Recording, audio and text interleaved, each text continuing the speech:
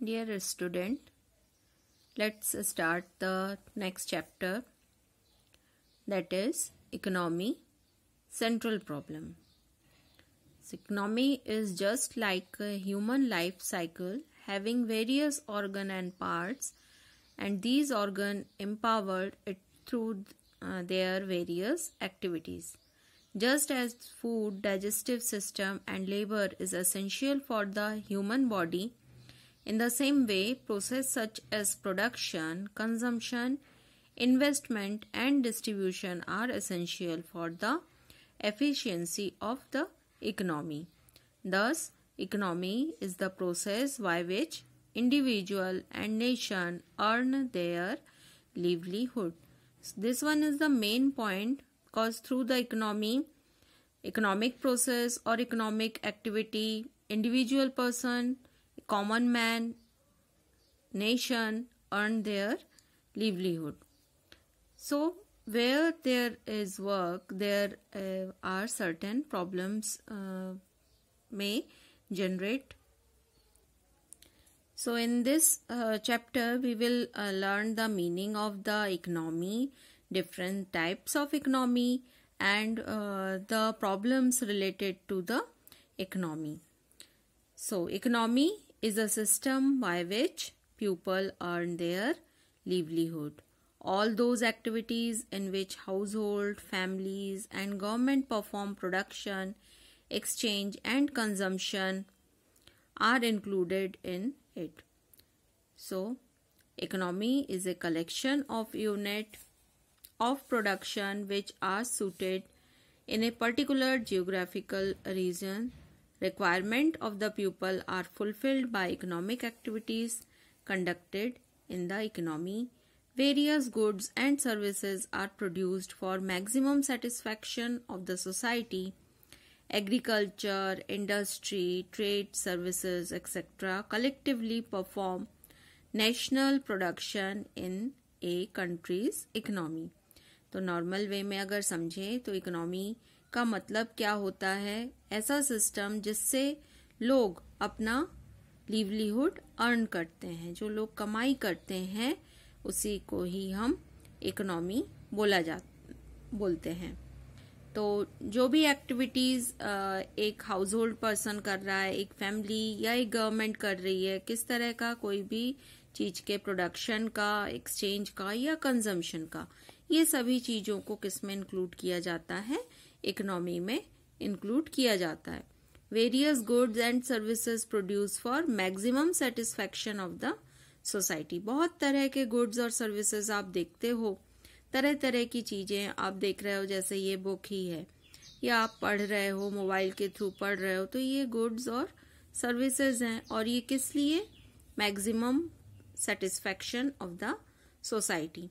तो कई तरह की एक्टिविटीज़ की जाती हैं, like agricultural work, industries, trade, services etcetera. All these are collectively perform national production in country's economy.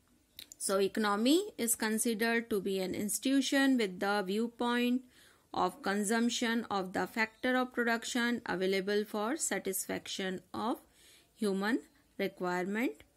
And in this context, the word institution here means the method of doing some work, method of solving some problem or a process of taking a decision. तो यहाँ पे economy से मतलब क्या हो रहा है कि जो कंजम्पशन करने, जो फैक्टर ऑफ प्रोडक्शन कई तरह मिलकर किसी चीज को प्रोड्यूस करती है और उस चीज से हमारी जो नीड्स होती है, ह्यूमन रिक्वायरमेंट्स होती है, वो सेटिस्फाई होती है। इन सारे जो एक्टिविटीज को ही इकोनॉमी में स्टडी किया जाता है या इकोनॉमी कहलाती है। तो बेसिकली इकोनॉमी मीन्स क्या होगा? Economy is a system by which people earn their livelihood. Now will read the feature और characteristics of economy. First one is aggregate of individual. So an economy is related to individuals and human community is its basis. Economy applies on such aggregate of individual which resides a particular land part. तो aggregate of individual क्या होगा कि क्योंकि economy किससे related है, human being से, human community से related है, वो सभी लोग मिलकर जो ह्यूमन वर्क कर रहे हैं, किसी पर्टिकुलर लैंड एरिया में रह रहे हैं, उसको उनका एग्रीगेट होता है। ठीक है, एग्रीगेट यानी उनका योग। जैसे भारत में रहने वाले जितने भी लोग हैं, जो भी जिस काम से जुड़े हुए हैं, उन सभी को इकोनॉमी में लिया जाएगा, पर्टिकुलर टाइप की इकोनॉमी में उसको लिया जाएगा। Second one is limitedness of resources. This one is the main point, because economy किसी भी फॉर्म की हो, हम लोग आगे फॉर्म्स पढ़ेंगे, डिफरेंट फॉर्म ऑफ इकोनॉमी। तो यहाँ पे बेसिक बात यह है कि जो फैक्टर ऑफ प्रोडक्शन है या हमारे पास जो रिसोर्सेज हैं, रिसोर्सेज बहुत ही लिमिटेड हैं, और रिसोर्सेज को अगर हम प्रॉपर वे में यूज कर सकते हैं, प्रॉपर वे में यूटिलाइज करते हैं और हमारी मैक्सिमम नीड्स को सेटिस्फाई करते हैं, तो उसी को ही इकोनॉमी का एक पॉइंट कहा जाएगा, लिमिटेडनेस ऑफ रिसोर्सेज। ये इकोनॉमी में रहता है। Whatever is the form of economy, it is fact that it has limitedness of those resources which are used for production of goods and services. Third one is organization of the process of consumption. So objective of production is an economy is to satisfy basic requirements. These requirements can be associated either with the present or with the future. तो जो economy है, economy का main objective क्या है या production का main objective क्या है कि ह्यूमन बीइंग की जो बेसिक रिक्वायरमेंट है उसको फुलफिल करने वाला होना चाहिए। बेसिक रिक्वायरमेंट जनरली क्या बोला जाता है, फूड, क्लॉथ एंड शेल्टर, इन को फुलफिल करने वाले जो करता है वो इकोनॉमी कहलाएगा। तो अभी तक हम लोगों ने किन पॉइंट्स को देखा, एग्रीगेट्स ऑफ इंडिविजुअल, किसी लैंड एरिया में, किसी एरिया में रहने वाले सभी लोग जो किसी इकोनॉमिक एक्टिविटी को कर रहे हैं, किसी पर्टिकुलर तरीके से कर रहे हैं, वो होगा इकोनॉमी। सेकंड, रिसोर्सेज जो है वो हमारे पास लिमिटेड हैं। Third one is organisation of the process of consumption, कि हम हमारी बेसिक रिक्वायरमेंट्स को सेटिस्फाई कर सकें।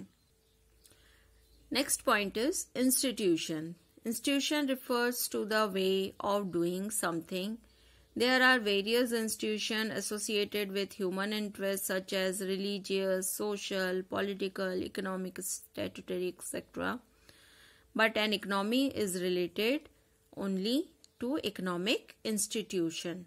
तो क्योंकि हम लोग यहाँ पे इकोनॉमी के बारे में स्टडी कर रहे हैं, तो इकोनॉमिक इंस्टीट्यूशंस जो हैं इनके बारे में ही इनसे रिलेटेड प्रॉब्लम्स ही हम यहाँ पे डिस्कस करते हैं। Next one is variability. An economy does not have a static form, rather it is variable. As an economy is humanistic, therefore changes take place in it from time to time. Due to variation in economic institution, the form of economy also changes. हम लोग अभी types of economy study करेंगे, तो किसी भी country में, किसी भी एरिया में, क्योंकि इकोनॉमिक एक्टिविटी कौन करता है, केवल कौन करते हैं, ह्यूमन बीइंग्स ही करते हैं, और ह्यूमन बीइंग्स का बिहेवियर जो है चेंज होता रहता है, और जो सर्कमस्टेंसेस हैं टाइम टू टाइम वो भी चेंज होते रहते हैं। तो इस तरीके से इकोनॉमिक इंस्टीट्यूशंस में भी कई तरह के वेरिएशन होते हैं, जिसकी वजह से इकोनॉमी में कई चेंजेस हम देख पाते हैं। Next one is coordinated system. There are various institutions in different economies, but a group of institutions cannot give birth to an economy. Various units and elements should be mutually dependent and related. They should have uniformity to a certain extent, and only then an economy will be able to function a coordinal manner. तो economy जो है किसी एक particular institution का नाम नहीं है।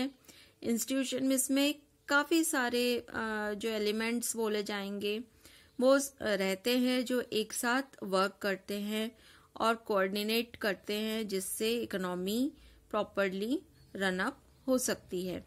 तो हम लोग अगर फीचर्स की बात करें, इकोनॉमी हम लोगों ने जैसे स्टडी किया, economy is a system of bye which people earn their livelihood.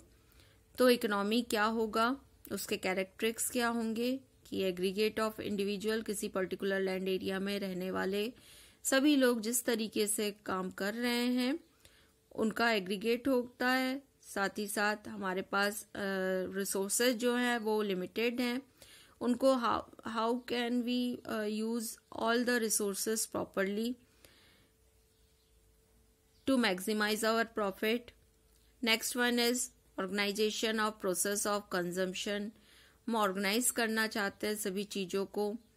Institution में हमने क्या देखा कि इसमें केवल economic related institution, economic institution की ही स्टडी की जाती है। वेरिएबिलिटी क्यों है, क्योंकि